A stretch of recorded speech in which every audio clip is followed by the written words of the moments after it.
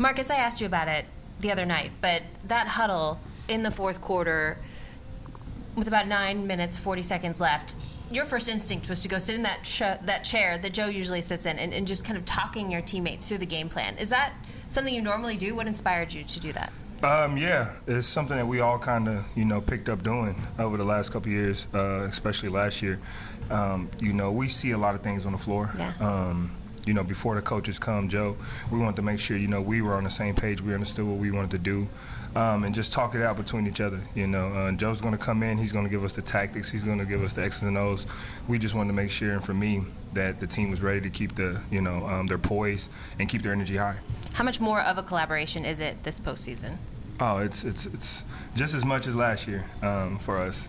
Especially this year in this postseason, us being down the way we are, we got to band together even more, and you see that more. You see more huddles, you see more tightly huddles. You try to see people, trying to do things to get more out of each other, and I think that's just more evident with the group that we have and everybody. We do love each other. We all want to see everybody succeed.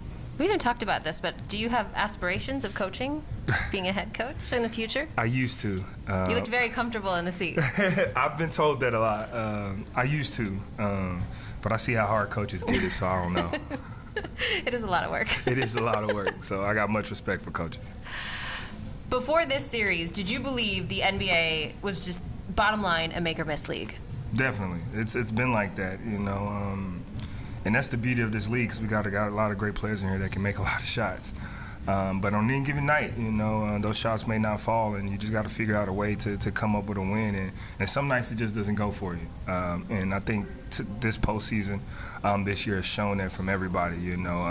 Guys that you see usually make shots aren't making them. Guys you see don't make shots are knocking down a lot of them. So it's all about confidence at the right time, at the right moment, in the right time. Was there anything different about Game 4 that you guys were knocking down shots? I think it wasn't that we were knocking down shots. It was we didn't allow our shots, whether they were falling or not to fall, to dictate our defense, and it was the other way around. The first 3 games leading up to Game 4 was always our offense was dictating our defense, and we just wanted to switch it up. We didn't have anything to lose, so we was like, let's try something new. And it worked, and that's who we are. That's who we were last year, our defensive identity. We just got to get back to it. How do you stop Jimmy Butler from getting the matchups he wants and getting to his spots? It's going to take everybody.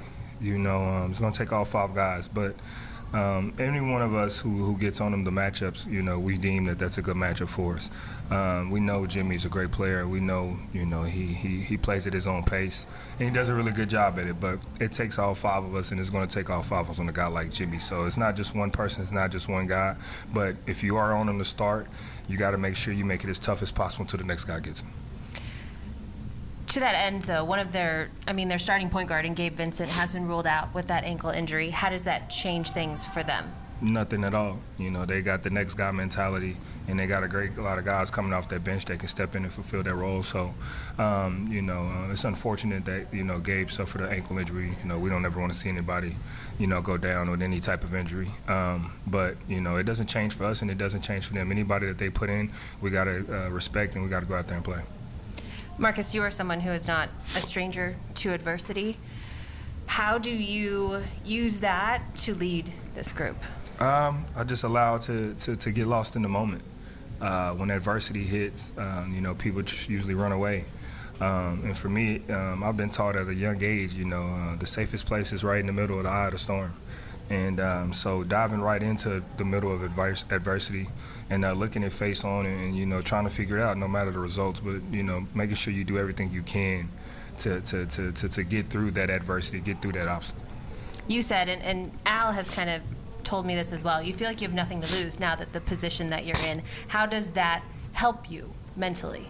It allows us to play freely. It allows us to just go out there and play. Because, like you said, we have nothing to lose. So whatever comes out of this, it was either going to be expected or it's going to be a bonus for us. So we get to allow us to play freely on both ends and just go out there and be us and play basketball. And then you guys have not been dominant at home in this postseason. What do you need from the fans tonight? We need their energy. We're going to need every last bit of it. We know they've been giving it to us all, and we haven't, lived up to their energy. But we just ask that, they don't give up on us. And, keep standing and rocking for us, and we're going to continue to do the same. Did you tell Joe those were good timeouts? I definitely told Joe those were good timeouts. Let him know? I did. I let him know. But, he did a great job. Joe did a great job. Marcus, thank you. No problem. Good luck Thank you. tonight. Presented by your New England Ford dealers. Built for America. Built Ford proud.